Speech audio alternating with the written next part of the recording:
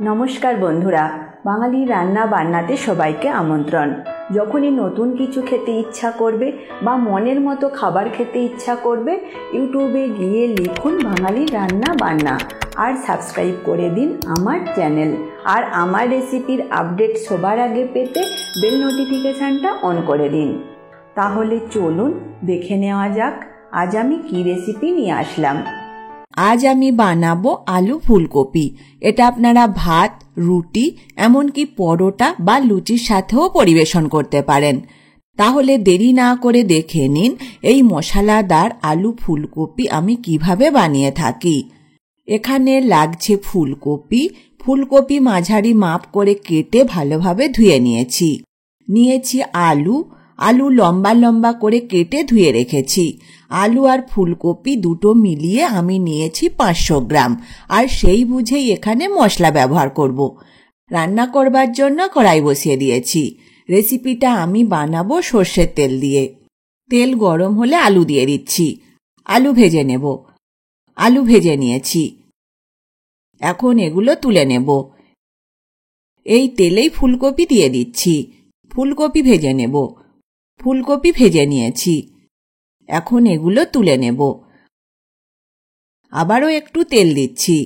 তেলের মধ্যে দেব 1 টুকরো দারচিনি, একটা তেজপাতা দুভাগ করে দিয়ে দেব, 2টো লবঙ্গ, 2টো এলাচ ফাটিয়ে দিয়ে দিচ্ছি। আর দেব সামান্য গোটা জিরা। গোটা মশলা তেলে একটু নাড়াচাড়া করে নেব, এতে রান্নাতে সুন্দর একটা গন্ধ আসবে। এবার এর মধ্যে একটা পেঁয়াজ বাটা দিয়ে দেব। এবার পেঁয়াজ বাটা ভালোভাবে ভেজে নেব, কারণ পেঁয়াজ বাটার কাঁচা ভাবটা থেকে গেলে রান্নাটা কিন্তু খেতে ভালো লাগবে না। পেঁয়াজ বাটা ভালোভাবে ভেজে নিয়েছি। এবার এর মধ্যে আদা রসুন বাটা দিচ্ছি আধা চা চামচ, একটা টমেটো বাটা, লঙ্কা গুঁড়ো আধা চা চামচ, তবে লঙ্কা গুঁড়োটা অবশ্যই ঝাল বুঝে দেবেন। হলুদ গুঁড়ো 1 চামচের 4 ভাগের 1 ভাগ, ধনে গুঁড়ো আধা চা চামচ, আর জিরে গুঁড়ো দেব আধা চা চামচ। এতে এবার অল্প একটু জল দিচ্ছি যাতে মশলা কষাতে সুবিধা হয়। এখন এই সব উপকরণ খুব ভালোভাবে নাড়াচাড়া করে নেব, যাতে টমেটো আর আদা রসুন বাটার কাঁচা ভাবটা চলে যায়। মশলা ভালোভাবে ভেজে নিয়েছি। এবার এর মধ্যে ভাজা আলু দিয়ে দিচ্ছি। মশলার সাথে আলু একটু নাড়াচাড়া করে নেব।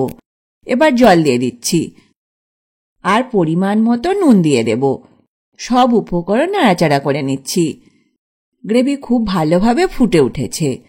এবার এতে ভাজা ফুলকপি দিয়ে দিচ্ছি, দেব ধনে পাতা কুচি আর দেব সামান্য গরম মশলা গুঁড়ো।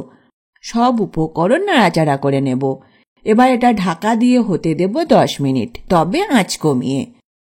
10 মিনিট পর ফিরে আসলাম।